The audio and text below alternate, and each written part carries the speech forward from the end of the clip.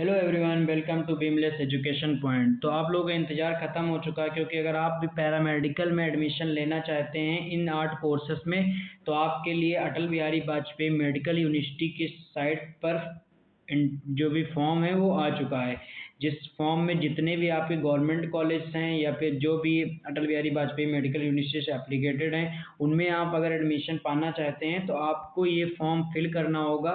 उसके बाद इस फॉर्म में जो भी प्रोसीजर है उसको फॉलो करना होगा, फिर आप एडमिशन पा सकते हैं बैचलर्स पैरामेडिकल कोर्सेज में। अब बात करने वाले हैं हम लोग कि इसकी डेट क्या होने वाली है। तो जो इसके रजिस्ट्रेशन की डेट है वो 2 मई से स्टार्ट होगी और 5 जून तक है। मीन्स आपको पूरा 1 महीने का समय मिलेगा इसका फॉर्म फिल करने में।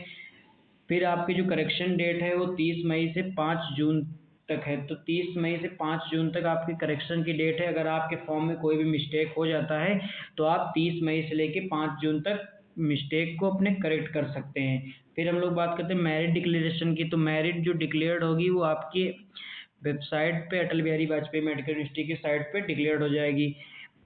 जो इस बार हमारा फॉर्म आया है उसमें कोई भी एंट्रेंस एग्ज़ाम नहीं है, कोई भी एंट्रेंस एग्ज़ाम नहीं है। जो भी आपका एडमिशन होगा वो आपके मेरिट बेस पे होगा। किस पे होगा? मेरिट बेस पे। और मेरिट जो आपके 12th एग्ज़ाम का रिज़ल्ट आया है उसी के बेस पर आपको एडमिशन मिलेगा पैरामेडिकल्स के कोर्सेज में। पहले ये था कि पहले मतलब जो भी हमारा अटल बिहारी वाजपेयी मेडिकल यूनिवर्सिटी थी वो एंट्रेंस एग्ज़ाम कराती थी, देन हमारी मेरिट लिस्ट अपडेट होती थी और मेरिट लिस्ट में अकॉर्डिंग टू मेरिट लिस्ट हमें कॉलेज अलॉट होता था। पर इस बार ऐसा नहीं है, इस बार बिल्कुल चेंज कर दिया गया है। इस बार मेरिट के बेस पे आपका होगा एडमिशन, बट वो जो मेरिट होगी वो 12th की होगी। जो 12th के आपने एग्ज़ाम दिए हैं, आपका बोर्ड का रिजल्ट आया होगा, उसी के बेस पे आपका एडमिशन होगा। अब जब करते हैं कि जो हमारी इसकी फ़ीस होने वाली है कि कितनी रजिस्ट्रेशन फ़ीस पड़ेगी। तो जो आपके जनरल और ओबीसी कैटेगरी के स्टूडेंट्स हैं उनके लिए 750 रुपीज़ फॉर्म पड़ेंगे रजिस्ट्रेशन के, और जो हमारे एससी है तो आपको पड़ेगी। फिर एलिजिबिलिटी क्राइटेरिया की बात कर लेते हैं। तो आपकी जो एज है वो 17 साल मिनिमम होनी चाहिए। मतलब 17 साल के अगर आप हैं तभी आपका एडमिशन होगा, अन्यथा आपका एडमिशन नहीं होगा। फिर मिनिमम क्वालिफिकेशन की बात करते हैं। तो क्वालिफिकेशन के लिए आपको physics, chemistry, biology in 12th standard examination is eligible for allied health care bachelors courses provided. मतलब कि आपके जो 12th है उसमें आपका फिजिक्स, केमिस्ट्री, बायोलॉजी अगर है तभी आप ये जो 8 कोर्सेज हैं पैरामेडिकल के उसमें आप एलिजिबल हैं, अन्यथा आप एलिजिबल नहीं हैं। अगर कुछ कोर्सेज हैं जिनमें आप मतलब मैथ से भी हैं तो आपका एडमिशन हो गए, जिसमें बैचलर इन ऑप्टोमेट्री है और bachelor in ideology and speech language pathology. इसमें आपका फिजिक्स, केमिस्ट्री, मैथमेटिक्स या बायोलॉजी, अगर मैथमेटिक्स बायोलॉजी में से एक सब्जेक्ट है तो आप इसके लिए एलिजिबल हैं। फिर सिर्फ 2 कोर्सेज में, बाकी के जो आपके 8 कोर्सेज हैं पूरे, वो उसमें आपको फिजिक्स, केमिस्ट्री, बायोलॉजी होना एलिजिबल है, मतलब इम्पोर्टेंट है। तो ये आपको ध्यान रखना है कि आपकी क्वालिफिकेशन की जो क्राइटेरिया है वो पूरी हो रही है कि नहीं हो रही है। तो ये इस इम्पोर्टेंट कुछ नोटिस हैं, इसको आप लोग पढ़ लीजिएगा थोड़ा डिटेल में। तो आई होप आप लोगों को समझ में आ गया होगा कि इस बार प्रोसीजर होने वाला क्या है और मतलब कैसे आपको एडमिशन मिलेगा।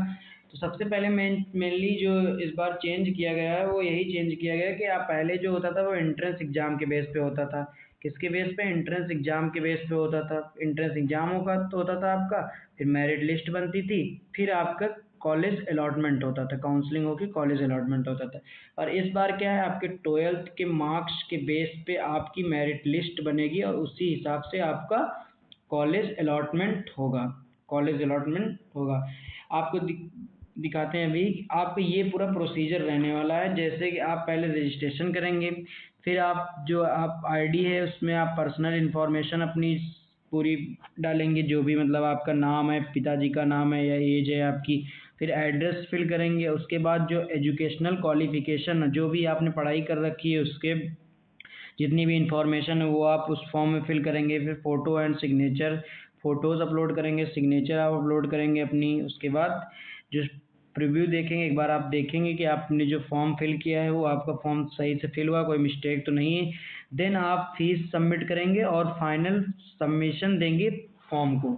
जब आपका फाइनल सबमिशन फॉर्म का हो जाएगा फिर वो सबमिट कर देंगे आप, देन आपकी मेरिट लिस्ट बनेगी। मेरिट लिस्ट जो है वो आपके अटल बिहारी वाजपेयी अटल बिहारी वाजपेयी की साइट पे अपलोड कर दी जाएगी, फिर उसी हिसाब से आपका कॉलेज अलॉटमेंट होगा। आई होप आप लोगों को समझ में आ गया होगा कि क्या प्रोसीजर। बाकी ये जो पीडीएफ है ये मैं भी अपलोड कर दूंगा टेलीग्राम चैनल पर हमारे बीमलेस एजुकेशन पॉइंट पे, जिस पे आप जाके फॉलो कर लीजिएगा। आपको वहाँ कोई भी इंफॉर्मेशन चाहिए एडमिशन से रिलेटेड तो आप हमें डायरेक्ट डीएम कीजिएगा, हम आपके जो भी प्रॉब्लम होगी उसको सॉल्व करेंगे। Thank you so much for watching.